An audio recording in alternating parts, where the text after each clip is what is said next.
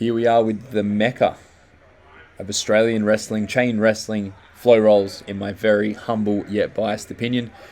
Robbie Eagles is here, TMDK's own, a brother from way back, one of, if not the best professional wrestlers to ever come out of Australia, and someone who, in my opinion, just doesn't get recognised enough for his mat wrestling, for his technical side. And probably not a bad thing, because I think it's just because he is so well recognised for his speed, his quickness, his high flying, his striking, so many elements. He's such a versatile wrestler, but when it comes to submission and chain wrestling, Robbie Eagles, in my opinion, is the absolute best in this country, and you're going to see a lot of that today.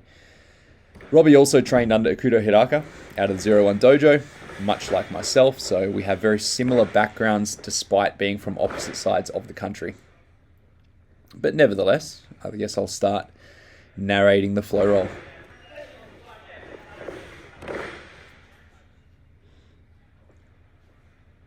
So here Rob did a good job of holding onto the waist lock. I was going to try to isolate the arm and get a Kezugatami. Got me into a head scissors here. I'm just bridging up to relieve the pressure.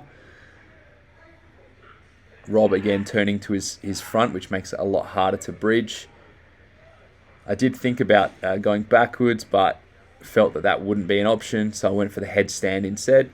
Allows me to dive through back into that headlock. And here I'm just flowing over into side control. A very Brazilian Jiu-Jitsu-esque hold. Back into that Kezugatami there. You'll see my left leg is straight. That just helps with stability.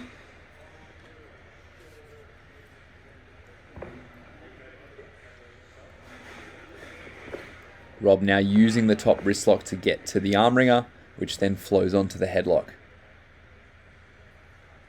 So generally when I see their back leg out far like that, I can bring it down, which drops them to a lower level, which allows me to step over into that wrist lock. Robbie, of course, showing his acrobatics, because why the hell not? And then pinning and isolating my arm down. At this point, there aren't really many options in this hold except for rolling backwards. Rolling backwards does allow for a lot more options, but you know, when you're that close to the ropes, it's best to just grab it and reset.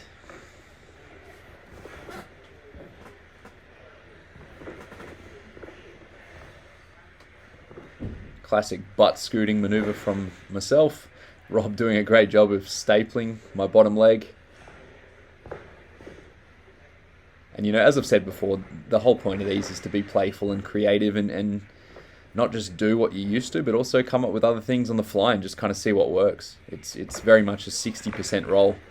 Saw that as an opportunity to bring him down.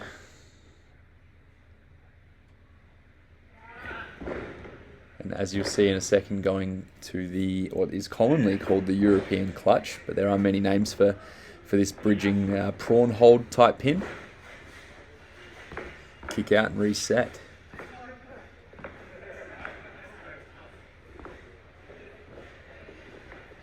Yeah, I'll tell you what, when it comes to the junior heavyweight style, a nice little knuckle lock into the inside trip there, which will actually be on the channel very soon. I filmed an episode running through that hold a few weeks ago. But as I was saying, you know, Rob being a junior heavyweight in New Japan, triangle choke there, passes through, knee bar. I should probably finish my sentences one of these days. But just a very versatile wrestler. Can do it all. And I think that's the trademark of being a junior heavyweight. You can have your own flavor, but you do want to be able to demonstrate every style, because there is just such versatility when it comes to that sort of division, particularly in New Japan. You know, you've got luchadors, you've got Japanese wrestlers, Australian wrestlers, American wrestlers, British wrestlers. So, you know, Rob can do it all there. So I turned his knee bar attempt into a figure 7 and then into the Muda lock. He's now got me in the crucifix, bringing me back up into a sweet little arm submission there. Almost like a grounded octopus stretch.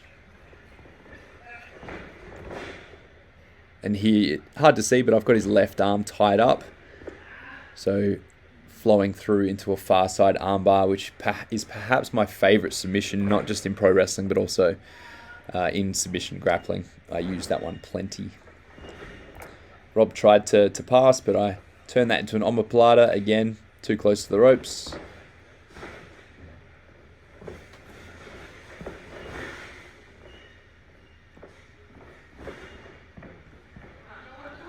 Little butt scooting of his own. A little bit of banter.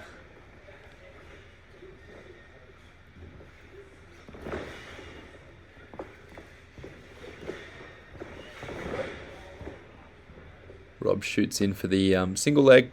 Similar to a low single, not quite as low. I've got my butterfly hook in on the left side. Rob's able to pass that into full mount. Using the knuckle lock now for the pin. Doesn't give me many options to escape.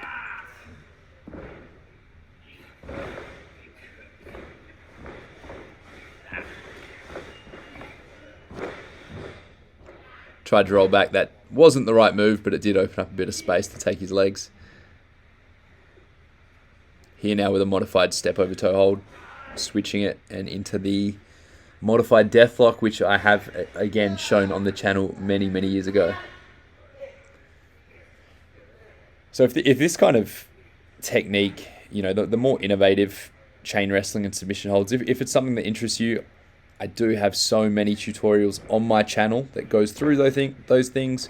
But if you want to learn more about just chain wrestling in general and the general psychology behind it to gain more confidence, I do have a chain wrestling instructional series. It is out on my Patreon channel, which is worldbeaterwrestling.com, or Patreon page, I should say. But the chain wrestling instructional, essentially it's 70 minutes of a chain wrestling seminar that is targeted for everyone, regardless of skill level, of style, of experience in the game. So check it out on my Patreon. Rob now going for a reverse drop toe hold.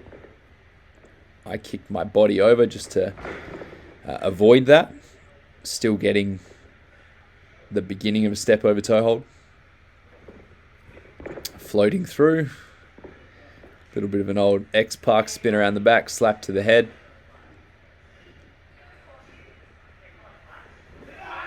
And just there I used a jiu-jitsu-esque sickle sweep into one of Hidaka-san's own submissions, the spinning, I'm not even going to pretend to know what it's called, but a little spinning knee drop, which sets you up for this little ankle lock. Again, another hold that I've shown on the channel.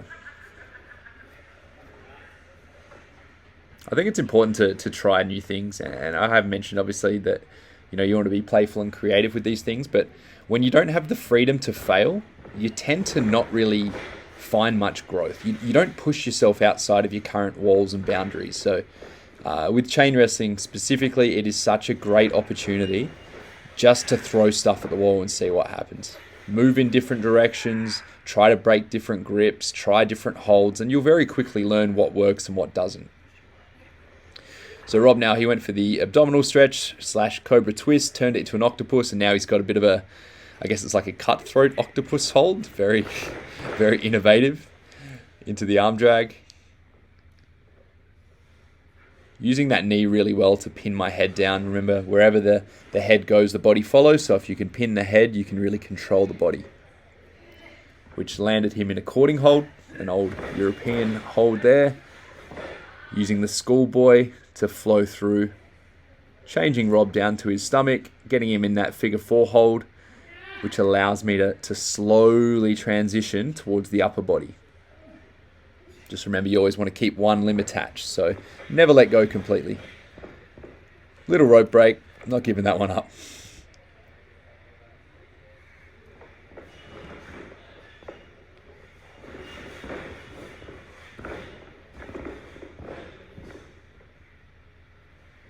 Just going for knee on belly here, which usually opens up the far side limb again for the far side armbar. This time I've turned it into a dorsal Kimura, a top side Kimura. Couldn't get the Kimura because Rob blocked, so I turned that into a head scissors.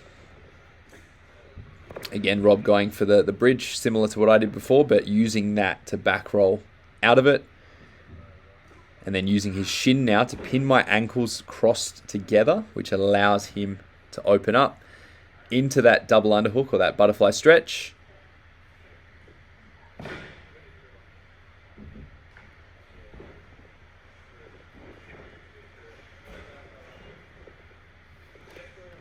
and hear a very, very nice submission.